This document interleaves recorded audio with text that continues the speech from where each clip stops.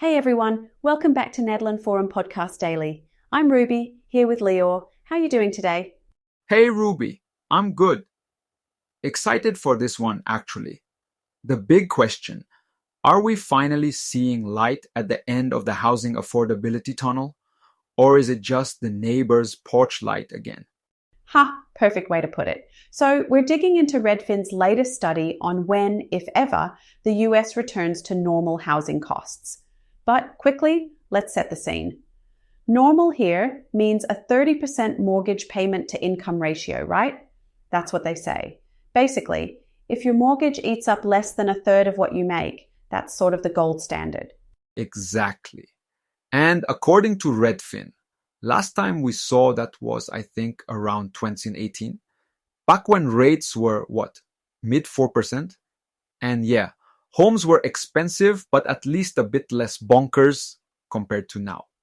Spot on. Now here's what Redfin's projecting. If, and it's a big if, mortgage rates come down to 5.5%, home prices hold steady, not dropping, but not going wild, and wages keep growing at maybe 4% a year, we could actually hit normal by 2030. Now, if rates stay up at their current 6.7%, well, we're talking more waiting, potentially the mid-2030s. Right.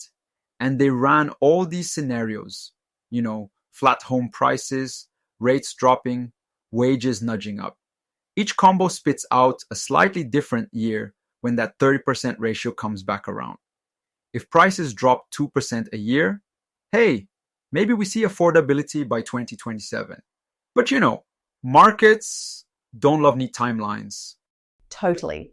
Oh, quick story. My friend in Melbourne, she's been waiting years for normal house prices and keeps asking are we there yet? But is normal even coming back? Or is it just nostalgia?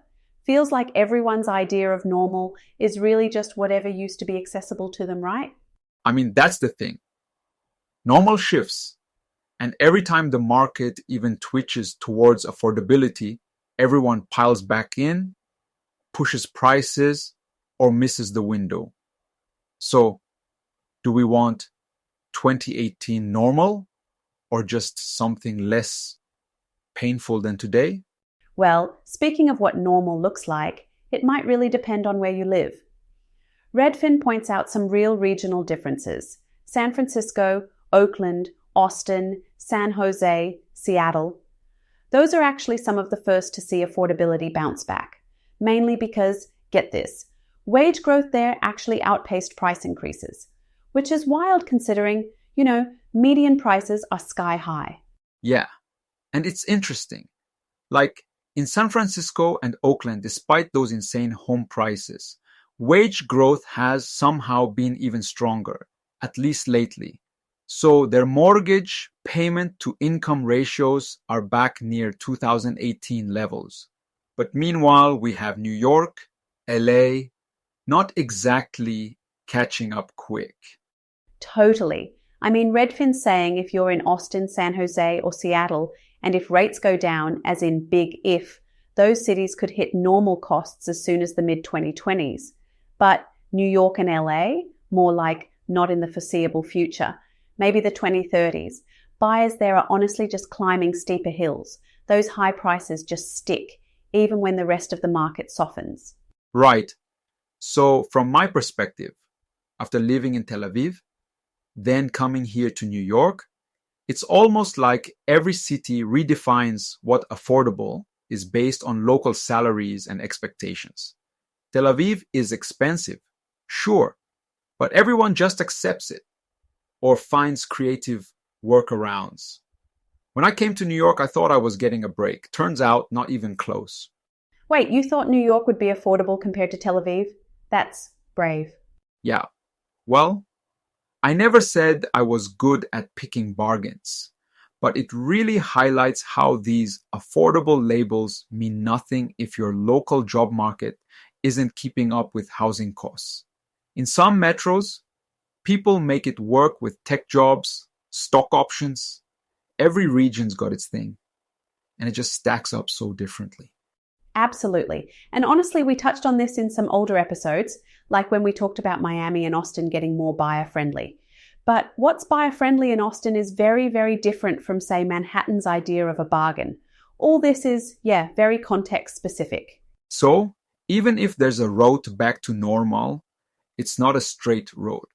Let's get real about the hurdles.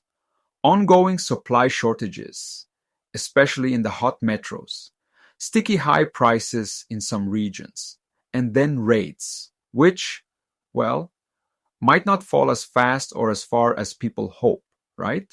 Oh, totally. Supply is the big bottleneck. And even with rates inching down, home prices just aren't dropping enough, especially not where buyers need it most. Affordability might technically improve by the numbers, but that doesn't mean suddenly everyone can just swoop in and buy a home. And like Redfin's, Asad Khan says, he's not promising a miracle here. It's about realistic optimism. Don't expect things to get easy overnight, but also don't write off all progress. He's basically saying, things are trending better, but it's slow, and a lot of buyers will still feel shut out for a while. So, quick debate. If you're a buyer right now, especially first-timers, should you wait it out for better normal conditions, or do you adapt and get creative with your strategy? Like, I'm always tempted to say hang tight for a dip in rates, but honestly, I've seen too many folks miss out altogether waiting for perfect timing. Houses move, so does your life. Sometimes you just have to play the hand you've got.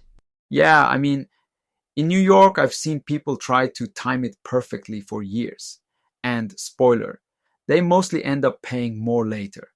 Unless you're, flipping for profit like we talked about a couple episodes back, most people should focus on what works for them now.